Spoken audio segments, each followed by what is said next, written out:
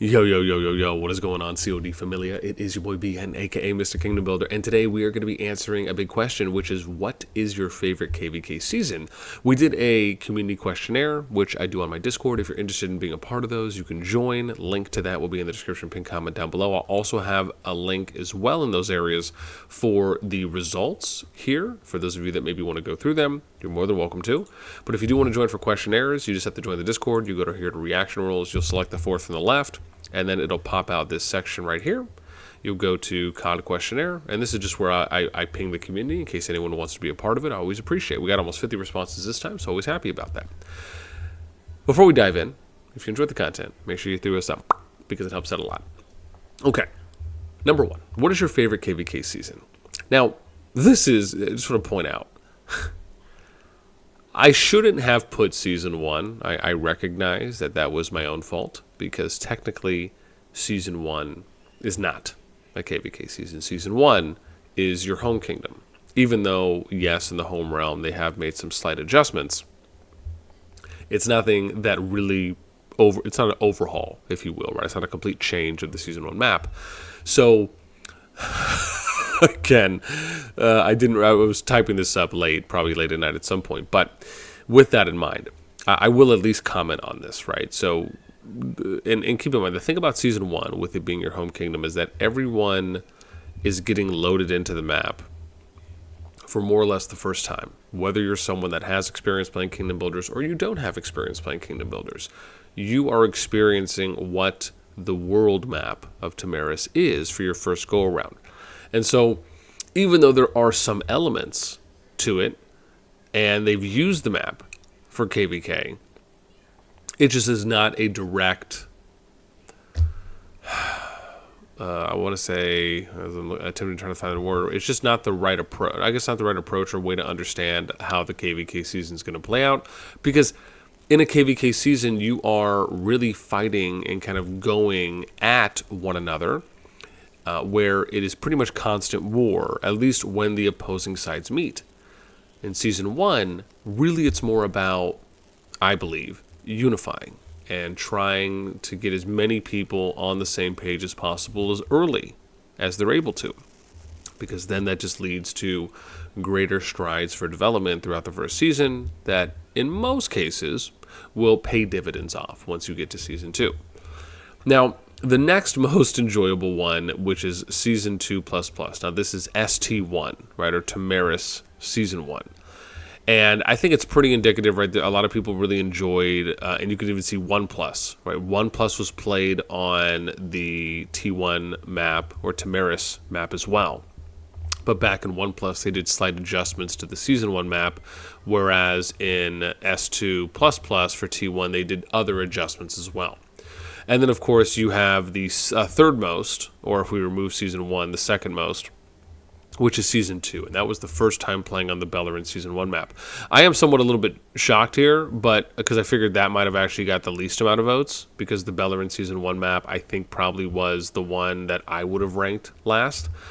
For me, I think if I'm ranking anything off of order, I would actually say that the current SB2 map is, at least on the Bellerin side, is the best. And then the T1 map, I would say on that one is. However, I'm actually a little bit more... It's difficult because on the Bellerin map, where you have the 2 zone 3s, right? And we can give you an example here, right? So you have the 2 zone 3s on the Bellerin map. And the challenge with this is that often you can end up having the situation where you end up having your final fights in Zone 3 before you get to Zone 4. That is the biggest downside. Now, on this particular map, it would actually be better if they did something such as almost a pure West versus East. And then they basically made like PvP fighting zones here, and or made the runic bigger. Now, I actually would be down for both if they wanted to make kind of like a pure middle point that you can fight over, and then you could still do the mini games as well on the side. Same thing here as well, right? If they had something in addition between Mezavin and Scalera, right, that you could do some kind of fighting here as well, that could be cool. If you do a West versus East, you could actually just open this whole thing up as well, right? And just have like a ginormous zone 1. And then you could even break this up to where maybe you make the zone 3 a little bit smaller, then you make a big zone 2, and then everything's kind of going up and down the line. It's just the challenge is that there will be cases, and there have been cases, where fighting is just over in zone 3. And I think most people, at least at this point, recognize that when you're going to play on the Beleren Season 2 map, if you want a high percentage chance of making it to final zone and having your big crescendo fight, you need to split things up on a west versus east side. And so even regardless if that was the intent or not, that's really where people are going, because it's going to give them the greatest opportunities to actually make it all the way throughout the season to the end, where they can enjoy the season for what it is and then be able to have that big crescendo pinnacle fight at the end. So with that, there are, I think, some really good pros to the Beleren Season 2 map, but with the way that the current system is designed, where you can still choose and you're not able to, like in Rock, they have some kind of a KvK, I'm forgetting what it's called, but basically where you get to choose your teams and then you're placed, right? So I think something like that on the Beleren Season 2 map actually works a little bit more in that map's favor. And then on the Tamaris map, where it's a circle, and you look at the T1, and again, I'll just give an example here as well, right? So let's do this, and we'll just look at any one. We'll just go in. On the Tamaris Season 1 map, right, I think the biggest thing for this one is just having kind of, part of me almost feels like it'd be nice if maybe they added another Zone 3, right? So maybe they had 4, or they just proportionalize these around the final zone a little bit more evenly. And then on top of that, making sure that the distances from the passes are equal flagging distance to the dragon. That was kind of a big hindrance that we talked about during the T1 season, is that they're not all equal distances. And that's something that they should have. In addition, where the dragon is placed, to me, my thought was, hey, it'd be nice to, even if they just tested it, to see how it would be if they placed the dragon in the middle. Kind of like what they're doing with the Beleren Season 2 map. But place the dragon in the middle and then just create like a big area or something, like a big circular coliseum, right? Kind of like this big open field area that people can fight in for the dragon. That could be cool. Or if you're going to keep it small, that's fine. But just make it so at least at minimum, it's an equal distance. That was always my biggest thing, is like just make it fair all around. Again, I think with the Tamaris map, you have a little bit more freedom, so it's not really as necessary to fight. But again, the same challenges actually can still arise here on the Tamaris map, which is that you still may end up finding yourself with one allies or one union set of alliances on one side of the map, and then the other union set of alliances on the other side of the map. It just really wasn't that often where you saw people going to the same zone. Obviously, you have the Zone 2, so in this case, right, you can't go to Belagira, but you could go to Nivola, or you could go here to Sophrostia. And so we did see fighting that would break out there, and then people that would then go to the Zone 2s, right, so they kind of have an opening to do that. So it's a little bit more forgiving in that case, where as far as making it to Final Zone. But again, like I said, those I think were my biggest things, was just kind of equal distance in the final zone, so it didn't feel like it was lopsided on one way or the other. Because I think from testing, we saw that if you go Hollandale, it was like a couple flags less. And then I actually counted it by going into a number of KvK's to look at what the flag distance was from each of the other zones. And you could probably go check out that video on my channel as well. But yeah, this kind of just shows where people are landing. Now, what's the reason why, right? Let's kind of get to, right, for your favorite KvK season, why is it your favorite? So, and again, I asked people, right, I even made this note, please state the KvK season first and then your explanation, just because, again, it won't state that. So I'm just going to read the ones that did format it like that. So S1 Plus, the map was open field, mostly not what we have now, a map full of choke points, which feels clustered. Season 1, this is when the map was very open. It didn't have artificial points of contacts at spires. We were not region locked, which led the winner of each zone to absorb the opposing alliances. This led to an epic fights in later zones. Now, if you lose a zone, you just can't play for months. Let's see here. What else do we got? Season 1 was the best season. Oh, gosh, I forgot. Season 1 is not a KvK. Yeah, so we have to skip those, sadly. Season 2 plus 2 plus plus. Tamara Season 1, almost constant war till last day of the season. The matchmaking was better. Power was more equal divided between opponents. That's another really good point. We'll probably touch on that in a later video. Season 2, just the fact that me as a player is starting to understand the mechanics and the do's and don'ts of the game. Let's see here. What do we got? Season 2. S2 Tamaris had a better balance of fighting and was chill. Okay. Here we go. Season 2. The season felt fresh, diverse, and allowed a decent range of game mechanics to be explored and used. The abundance of choke points was not overwhelming, but fun and tactical. Given the players' base was very much still developing their accounts, the effectiveness of flying units was amplified with the terrain, but was not overwhelming since only 1 or 2 flying legions could be fielded by a player at one time. I feel like the devs' understanding of how most players were developing at the time and direction of implementing more team-focused controlled environment was well timed. Okay. Let's look at what is your least favorite KvK season.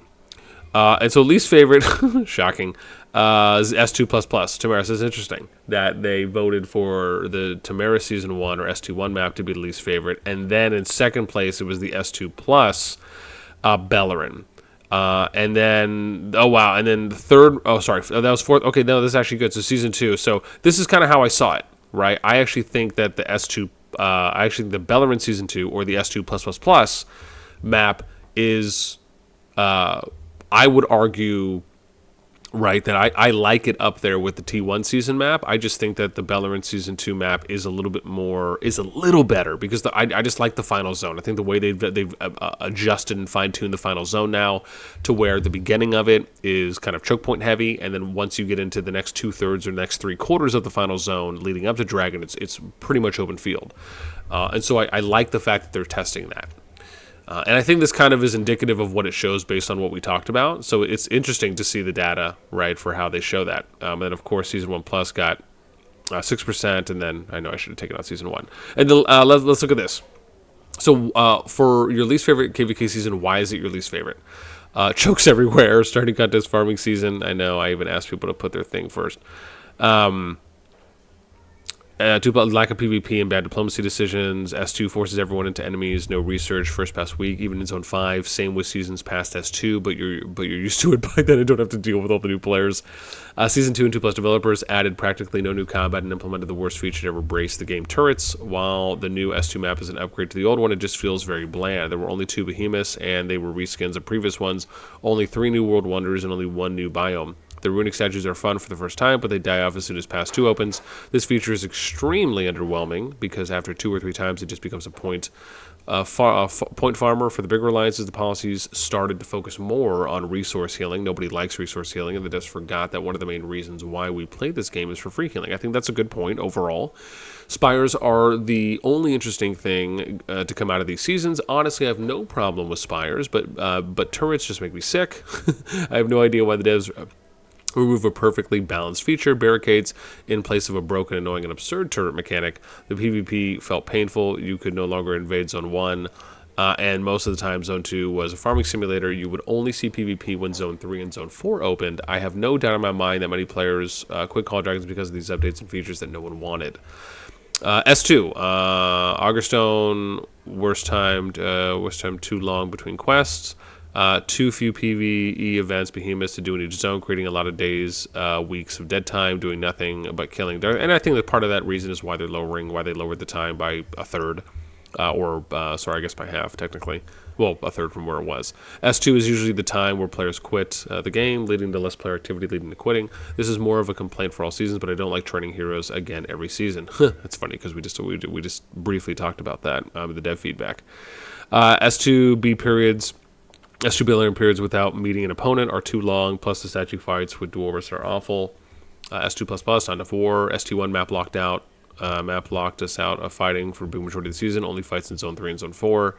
Last one we'll read here, S2+. For myself, it came down to one issue. By making the best tactical choice for your team, it would be the least enjoyable path by almost everyone. East versus West, with very limited opportunity to enjoy what the game was made for. Fighting, removing players' ability to seek out and engage in any type of meaningful battles before Zone 4, and substituting that with only statue fights was are you serious type vibes. Completely missed out on what I believe almost all the players wanted. Okay. Lastly, let's briefly talk about what does every KvK need to have for you and or your alliance to enjoy it. Keep the PvP in the game, but get more PvP. There's a peace island for a reason. Balance in opposition. The players can, of course, be imbalanced in power, but overall balanced opposition is required. Otherwise, many give up immediately. This is actually a really good point. We'll probably do a poll on this later that's a little bit more focused on that. Fighting 24/7. PvP content from the opening of level 1 pass to final zone. Fun battles that last for days after gate opening. Equal fair matchup. Match-made seasons involving planning from leaders before the season begins. Mega alliances ruin the game. Opportunity. And I think this more speaks to just the kind of strong, the high-powered, medium-powered, low-powered way that they are matchmaking alliances and kingdoms in KvK. Opportunity for all troop types to shine in PvP, which means both chokes and wide-open battlefield situations. The more PvP, the better. Though to be truly sustainable for most of the season, it feels like 3 to 4 days of intense fighting, followed by a week or two of recovery and chill before going back to 3 to 4 days of intense fighting, and so on is a good cadence for sustained war. Non-stop PvP from basically day one, a lot of fighting and some good opponents. The matchup that is not too unbalanced, and also a lot of alliances, not just too big, but maybe 6 to 8 equally big alliances in the same KvK. Doesn't matter anymore. KvK will change to the kingdom system from rocks, so we will have to see how the new dynamics of the game will be like first. Every alliance should have the feeling they have at least a chance to win. This is really important, and we often talk about this. To have more equal pairings, agreed. Again, we've been preaching that for pretty much since day one. Steady rate of fighting, war, and honesty. Honestly, maybe less separated regions. It feels weird that Season 1 you get access to any region you capture in Behemoth in, but S2 you were just permanently locked out of your region until last Argostone. Decent matchmaking. Balanced open field PvP, not choke point PvP. New and balanced features that don't take away from the open field experience. Balanced map. No starting zone should have an advantage over the rest. And again, we talked about that on the S2-1 map, right, based on flagging that you could get from Zone 2 into Zone 3, and how, again, not all of the level 3 passes have an equal flagging distance to Dragon. Just an example, because based on where you start, you have a little bit more access to a particular pass from Zone 2. More PvE events of Behemoths either gain more or more ways to gain Hero EXP Aerosmith Treaty. Legendary heroes should be added to the Tavern after 1 to 3 seasons. This is something I've preached about as well. If not, then you can have every legendary in, but on a rotation-based system where new heroes get rotated every like 3 seasons. Every seasons or 3rd month, essentially it would be like banners or gacha games like Genshin Impact. Reduce the research time by X amounts for technology. It takes far too long for free-to-play to even reach that milestone. Either reduce the amount or add in more ways to get speed-ups, or add ways to reduce the time in maybe the politics system or policies. Maybe reduce the cap of Legion size by X for each seasons. As Legion capacity gets higher and higher, the free-to-play will struggle to keep up and be easily crushed by T5s. I mean, this definitely is a factor. The hard cap on Alliance members 200 is a bit harsh. I think it's okay, at least for now. The Alliance I am in now, I have to make hard decisions, kicking people out for stronger players that wants to join, which creates situations and mood that no one wants to be a part of. I think the solution to that is just increasing server caps, so that way you can have more than one really strong alliance. And obviously, they've already have stated they're going to be doing that from season to season. We'll just have to see how it plays out, because home realms are just being introduced. I suggest an increase to members cap to at least 250. Okay, this is a lot. So I think I'm going to pause it there. But this is, again, for those of you that are interested, there's a lot of stuff here as far as, and again, I think there's a lot of really good feedback that people have provided. And so, again, for anyone that's curious, I'll just kind of rotate this in case people want to pause it and read some of these. But again, I'll have this available in the pinned comment description. So that way, if you guys want to read through all these, you're more than welcome to. And I also want to give a huge shout out for everyone that took part and participated in this questionnaire round. I actually really liked a lot of the feedback answers that people gave. And I may even include something where, like, if you want to sign off your name as an optional thing, again, I usually just keep these anonymous, but if anyone's curious on that, or if you'd like to see or would have liked to see in some other diverse questions, let me know as well. So that way I can maybe get my creative juices flowing on thinking a little bit more outside the box. But hopefully you guys enjoyed this. I would love to hear what your thoughts are on anything that we touched on, whether it's the percentages for the pie chart or if it's some of the answers that we got for some of the questions. Let us know in the comments down below. That's going to do it for me. As always, until next time, I'll catch you later.